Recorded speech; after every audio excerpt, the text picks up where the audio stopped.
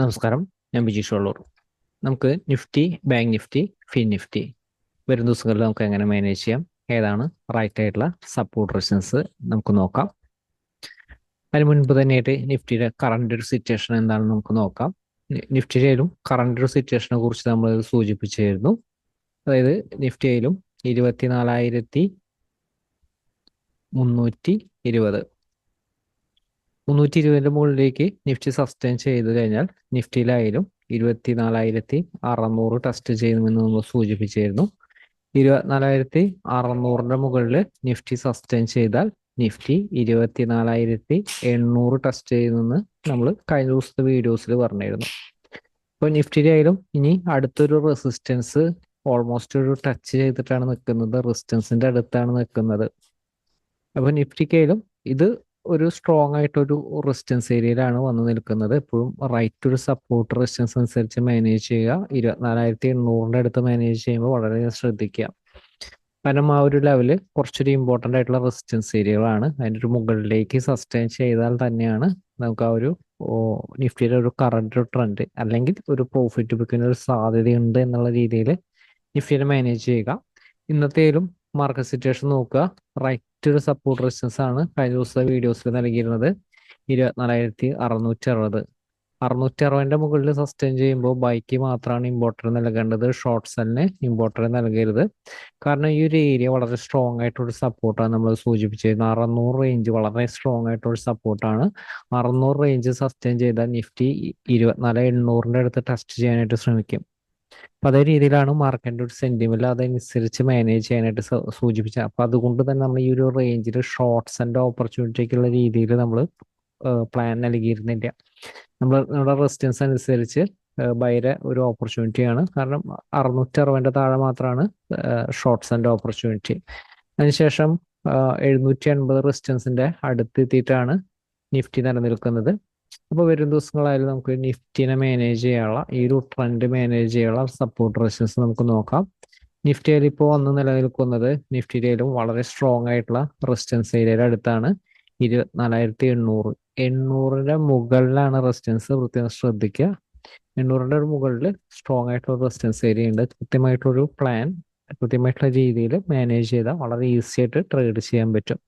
എങ്ങനെയാണ് നമുക്ക് മാനേജ് ചെയ്യേണ്ടത് നമുക്ക് നോക്കാം. വരും ദിവസങ്ങളായാലും നിഫ്റ്റിയുടെ ഈ ട്രെൻഡ് മാനേജ് ചെയ്യാനുള്ള റൈറ്റ് സപ്പോർട്ട് റെസിസ്റ്റൻസ് നമുക്ക് നോക്കാം. 24,780 നമ്മൾ കഴിഞ്ഞ ദിവസത്തിൽ നൽകിയിരിക്കുന്ന അതേ സപ്പോർട്ട് തന്നെ സപ്പോർട്ടായിട്ട് എടുത്തിട്ടുണ്ട്.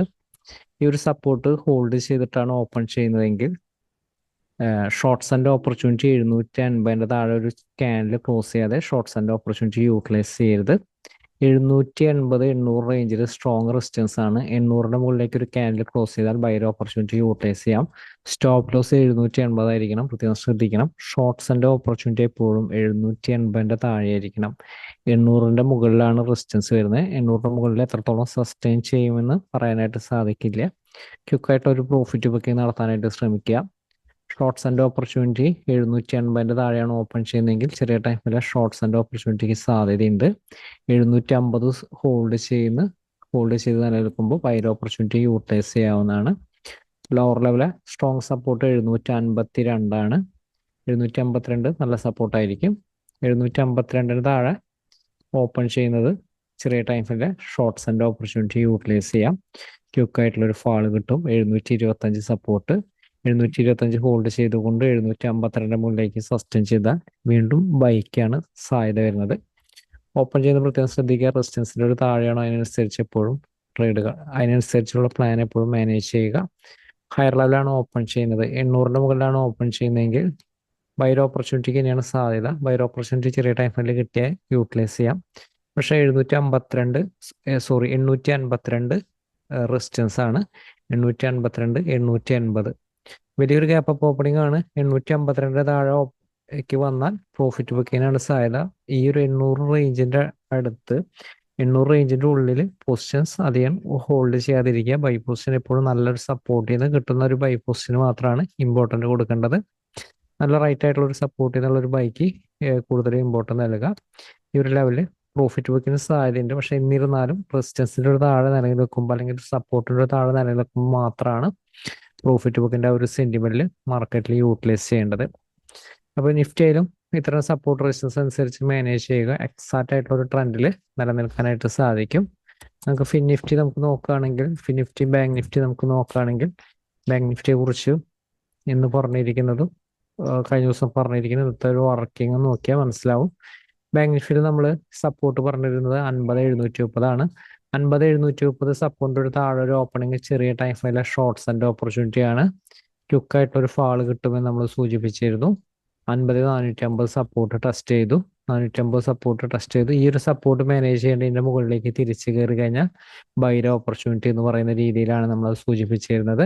അതിനുശേഷം 50,730 സപ്പോർട്ടിൻ്റെ ഒരു മുകളിൽ കയറി ക്ലോസ് ചെയ്യുന്ന രീതിയിലാണ് ബാങ്ക് നിഫ്റ്റിയുടെ ഒരു മൊമെന്റം കണ്ടിരുന്നത്. അപ്പോൾ വരും ദിവസങ്ങളിൽ ബാങ്ക് നിഫ്റ്റിയെ മാനേജ് ചെയ്യാനുള്ള റൈറ്റ് സപ്പോർട്ട് റെസിസ്റ്റൻസ് നമുക്ക് നോക്കാം. അതുപോലെ തന്നെ ബാങ്ക് നിഫ്റ്റി ആയാലും വരും ദിവസങ്ങളിൽ മാനേജ് ചെയ്യാനുള്ള റെസിസ്റ്റൻസ് 50,800 തൊട്ട് താഴെയാണ്. 50,795 എടുത്തിരിക്കുന്നത്. അപ്പോൾ അതുകൊണ്ട് തന്നെ ചെറിയൊരു ഗ്യാപ്പ് അപ്പ് ഓപ്പണിംഗ് ആയിരുന്നാലും പ്രോഫിറ്റ് ബുക്കിന് സാധ്യതയുണ്ട്. 50,555 ആണ് സപ്പോർട്ട്. ഈ ഒരു സപ്പോർട്ട് ഹോൾഡ് ചെയ്യുമ്പോൾ പ്രോഫിറ്റ് ബുക്ക് ചെയ്യുക. ഈ ലെവലിന് ബൈർ ഓപ്പർച്യൂണിറ്റി കിട്ടിയ യൂട്ടിലൈസ് ചെയ്യാം. ഇൻ കേസ് ഗ്യാപ് ഡൗൺ ആണ് ഓപ്പൺ ചെയ്യുന്നത്, ഈ ഒരു സപ്പോർട്ടിൽ നിന്ന് ബൈർ ഓപ്പർച്യൂണിറ്റി കിട്ടിയ യൂട്ടിലൈസ് ചെയ്യാം. 50,795 റെസിസ്റ്റൻസ് ആണ്. ഓപ്പൺ ചെയ്യുന്നത് സപ്പോർട്ടിന് താഴെയാണെങ്കിൽ ചെറിയ ടൈമിൽ ഷോർട്ട്സ് ആൻഡ് ഓപ്പർച്യൂണിറ്റി യൂട്ടിലൈസ് ചെയ്യാം. ഈ ഒരു ലെവലിൽ കുറച്ച് സ്ട്രോങ് ആയിട്ടുള്ള സപ്പോർട്ട് ഉണ്ട്. അതായത് 50,300 അടുത്താണ്. പക്ഷെ ഷോർട്ട്സ് ആൻഡ് ഓപ്പർച്യൂണിറ്റി 280 താഴെ മാത്രമാണ്. ഒരു ക്യാൻഡിൽ ക്ലോസ് ചെയ്താൽ താഴെ മാത്രമാണ് ഷോർട്ട്സ് ആൻഡ് ഓപ്പർച്യൂണിറ്റി. 50,405 മുകളിൽ ബൈർ ഓപ്പർച്യൂണിറ്റി യൂട്ടിലൈസ് ചെയ്യാവുന്നതാണ്. ഈ ഒരു ലെവലാണ് ഓപ്പൺ ചെയ്യുന്നതെങ്കിൽ ബൈക്കാണ് കൂടുതൽ സാധ്യത. ഓപ്പൺ ചെയ്ത് ഗ്യാപ്പ് അപ്പ് ഓപ്പണിംഗ് ആണ് റെസിസ്റ്റൻസിൻ്റെ ഒരു താഴെയാണെങ്കിൽ ഷോർട്ട്സ് തന്നെ ഇമ്പോർട്ടൻ്റ് കൊടുക്കാം. 50,795 ഹോൾഡ് ചെയ്യുന്നെങ്കിൽ ക്വിക്കായിട്ട് പ്രോഫിറ്റ് ബുക്കിംഗ് നടത്തുക. ഈ ഒരു ഹയർ ലെവൽ ബാങ്ക് നിഫ്റ്റിൻ്റെ ഈ ഒരു ലെവലൊക്കെ പ്രത്യേകം ശ്രദ്ധിക്കുക. ഫിൻ നിഫ്റ്റി നമുക്ക് നോക്കാവുന്നതാണ്.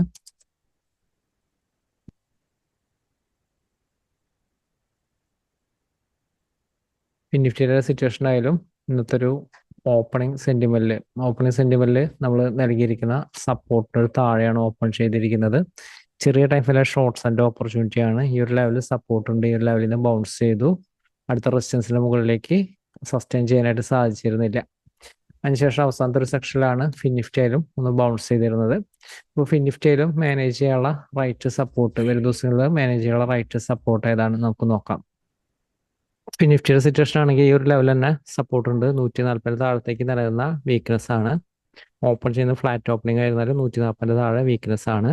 2165 കുറച്ച് സ്ട്രോങ് സപ്പോർട്ട്. ഈ ഒരു സപ്പോർട്ട് ഇതിന്റെ താഴെ വന്നാലും ഇതിന്റെ മുകളിലേക്ക് സസ്റ്റെയിൻ ചെയ്ത ബൈർ ഓപ്പർച്യൂണിറ്റി യൂട്ടിലൈസ് ചെയ്യാം. In case gap down opening ആണ് ചെയ്യുന്നത്, 2365 മുകളിൽ സസ്റ്റെയിൻ ചെയ്ത ബൈർ ഓപ്പർച്യൂണിറ്റി യൂട്ടിലൈസ് ചെയ്യാം. 160 140 റെസിസ്റ്റൻസ് ആണ്. 160 മുകളിൽ 235 റെസിസ്റ്റൻസ്. ഓപ്പൺ ചെയ്യുന്ന ഗ്യാപ്പ് അപ്പ് ഓപ്പണിംഗ് ആണ്. റെസിസ്റ്റൻസിന്റെ മുകളിലാണെങ്കിൽ ബൈക്ക് മാത്രമാണ് ഇമ്പോർട്ടൻ്റ് കൊടുക്കേണ്ടത്. പക്ഷേ ഷോർട്ട്സ് ആൻഡ് ഓപ്പർച്യൂണിറ്റീസ് ഇതിന്റെ സ്റ്റോപ്പ് ലോസ് 230 താഴത്തേക്ക് ഒരു ക്യാൻഡിൽ ക്ലോസ് ചെയ്താൽ ഒരു കാരണവശാലും പൊസിഷൻ ഹോൾഡ് ചെയ്യരുത്. അപ്പോൾ ബാങ്ക് നിഫ്റ്റിയിലും ഇത്തരം സപ്പോർട്ട് റെസിസ്റ്റൻസ് അനുസരിച്ച് മാനേജ് ചെയ്യുക. എക്സാക്റ്റ് ആയിട്ട് ട്രെൻഡിൽ നിലനിൽക്കാനായിട്ട് സാധിക്കും. മാർക്കറ്റിൽ വലിയ അവസരമായിട്ട് നമുക്ക് ഒരു ദിവസം അപ്ഡേറ്റ് വീണ്ടും കാണാം. താങ്ക്